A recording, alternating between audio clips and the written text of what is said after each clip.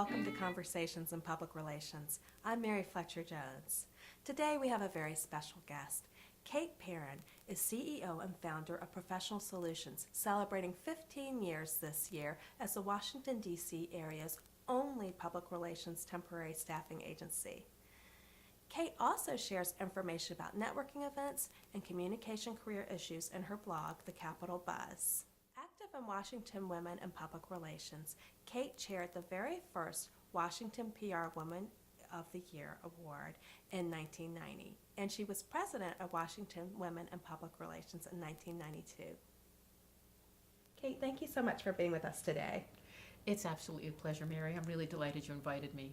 Tell us a little bit about yourself and your company. How long have you been in business? Although I've been in public relations in one form or another for probably close to 30 years now, Professional Solutions, my business, is celebrating its 15th anniversary this year. It's a little bit amazing to me because I never held a particular job for that long. Probably 8 years was my maximum any place. And also surprising because it doesn't feel like 15 years. It's flown by. Why did you decide to pursue a career in public relations? I initially started out as a journalism major in college, and my ambition was to be a journalist. My first jobs were reporting on environmental issues for the Isaac Walton League of America, which had a publication called Outdoor America. I loved all of that, but while working there, I had an opportunity inadvertently to start to do some activities that were more promotional and PR in nature.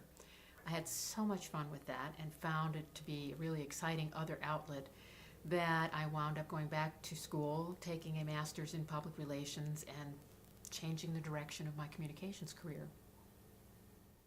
Kate, do you feel women bring any particular strengths to public relations or that they face any particular challenges? I think women offer a great deal to the profession of public relations because we are frequently more natural communicators. We're sensitive to different audiences, to nuance, to some of the subtleties that can really make for more successful communications outreach. Some of the ways women have particular challenges, though, are also due to our socialization, our nature to defer, to not want to seem overly bossy, to in a meeting say, well, it seems to me, or I could be wrong, but I have this idea, whereas many times men are much more forceful about their idea. I think that recognizes the fact now that although women are a huge part of the industry, some people still kiddingly refer to PR now as a pink-collar ghetto, but at the top of most agencies, it's still a man in charge. Part of that also reflects women taking time out from their careers for child rearing, for family care issues, taking what some people call, derogatorily or not, the mommy track, where they will reduce hours, forego some of the most demanding assignments during those times when they are going to be juggling more responsibilities. That can set you back in your career a little bit. I think people who work part-time and keep their hands in still can come back. They may not become head of the agency, though some still do, or they wind up making some other trade-offs, but I'm a big believer you can have everything, just not all at the same time. And if people are patient and recognize they still need to keep up skills, keep current on changes in the industry, I think women are tremendous advocates for the profession. What qualities or skills do women need to have to be successful in public relations today? I think what makes almost anyone successful in PR is still based on the original building blocks of good writing skills. That's going to be the fundamental from now till, as far as I could ever predict, the profession continuing.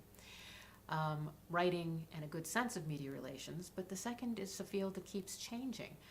Media relations from when I first started working in public relations and now is a very different animal because there's such a wildly expanded media. But I think because women are often better multitaskers, which is a term I don't generally like to use because I think you don't want to be too much of a multitasker, you don't do any one thing as well. But women are great frequently at juggling multiple clients, multiple projects, and that can often give them an edge at keeping up with all of those contributors to success in the field.